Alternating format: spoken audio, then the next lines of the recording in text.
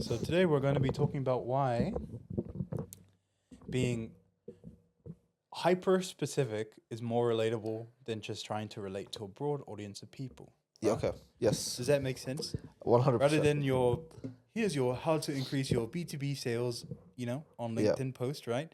It's more like, fuck you, I want to go live in Antarctica. Just something like really. Why'd you stop recording, bro? I'm recording. What do you mean? Is that on? I see the red light. Yeah. Okay. Let's keep going. All right. Anyway. So, what? Yeah, the AI podcast is coming right now. No, run it back. All right. So, All right. today we're going to be talking about being hyper specific. Yeah. And this is something that I see on my For You page Yep. all the time. You just see those like TikTok reels, and it's just like random B-roll. Yep. And then the text is like this long, right? And it just highlights a really, really, really specific scenario. Yep. As well as I've seen those videos where it's just like, good night to everyone besides this. Yes. Very specific edition. And then it's just like really specific, but there's a very slight chance that it's happened to you. Yep. And it has happened to you, but you wouldn't expect everyone to have Yep. the exact same experience. And I think the thing with that is that everybody's algorithm is so tailored nowadays that like I feel like brands are scared of being specific. They want to like cast like a wide net. Yes. But that's never worked out, or like especially in this time, in this era of TikTokification of everything, it's just not gonna work. You need to be extremely specific, because the more specific you get, you'll be surprised about how many people actually relate to that one specific thing, Yeah, 100%. rather than like a big group of people relating to a bunch of different things.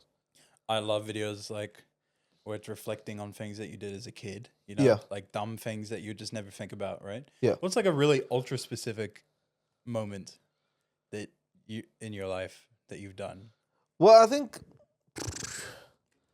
a lot of it is. I mean, I don't know if it's crazy specific, but like the idea of just like not being able to sleep, like at night, like struggling with that.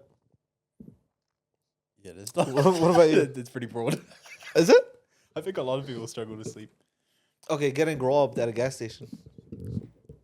Okay. Is that specific enough? Got him. Can you beat that? No, Yeah. I've never been robbed at a gas station, but I'm sure there's like a 1% target audience that would agree with that, Yeah. either the robber or the robbed. I hope so.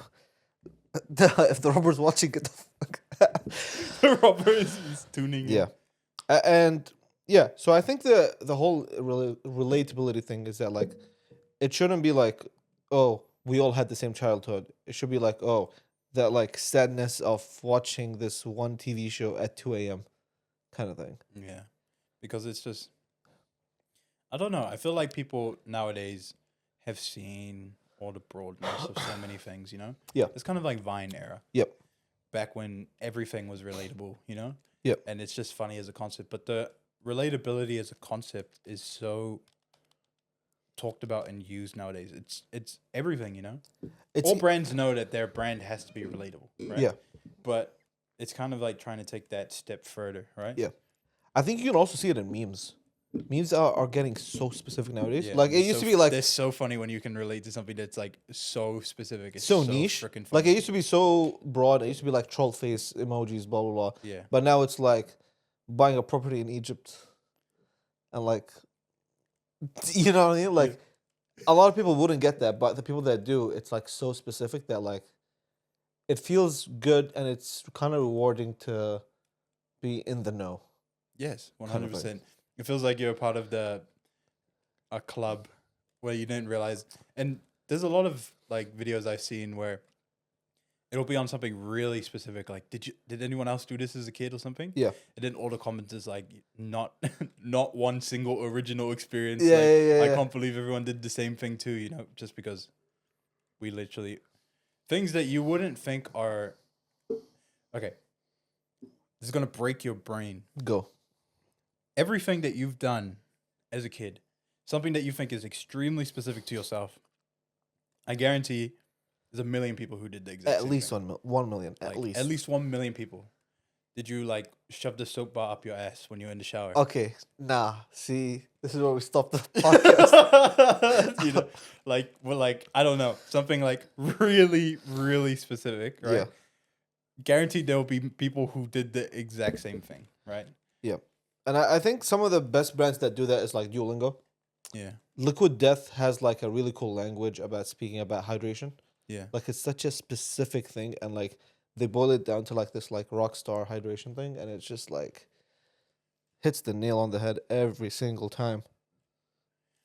I could tell when things are getting really specific when I saw this video. I probably can't find it. It's old as fuck. Yeah. Where it was two guys on a podcast like this. Yeah. And they were arguing with each other. Okay. Right. When you were a kid, right? And you were driving in the car in the back, or like when you were riding in the car while your parents were driving, did you imagine someone running next to the car if you were listening to music or something? Yeah. Did you? Well, I don't know. Wait, somebody running next to the car? Yeah, like just like an imaginary figure in your head running next to the car, jumping over obstacles and things like that. Like just because you were bored and you're just staring out the window, right? Well, that's a specific experience, right? Yeah. And there's a lot of people that, whether you did it or not, there's a lot of people that relate to that, right? But they imagined this little guy running next to the car, right? And there was these two guys who had that exact same experience, and they were arguing whether the guy was a black or white guy. In their head. Okay. Where they were arguing, it's like, in my head, he was a black guy. Yeah. And the guy's like, nah, he's white in my head. He's Yeah. like, that's why you're racist. Like, and there was this huge conversation about something that's really specific that you wouldn't think about, right? Yeah. But they went even more specific. Yeah. You know what I mean? Yeah. And Video did well too. it's entertaining, I think, and I think that like the best thing that you could do to a person like from the perspective of a brand is to make your consumer feel seen, or like being like, oh wow, you really get me. Yeah. Like you just don't want to come off as like a corporation, even if you are. Like you never like. No. I'm sure Duolingo is a big ass corporation with like office and legal and HR departments, blah blah. But they're amazing at like figuring out their audience and they come off like a 19-year-old intern who just like gets it and is super like.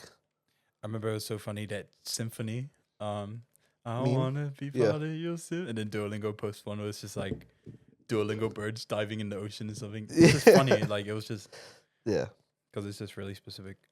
And so yeah, if you're gonna I think the lesson is if you're gonna be niche, really be double niche. Like Be double niche, but don't be too niche where it's like literally an original experience and then you're just a weirdo online.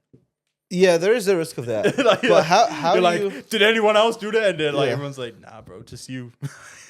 You know, gotta be a bit careful. How do you avoid that? I wonder. I don't like, know. Just how do you not come off as a weirdo and come off like relatable at the same time? it's a part of the social media. You gotta take that risk. Yeah, Mr. Take that risk.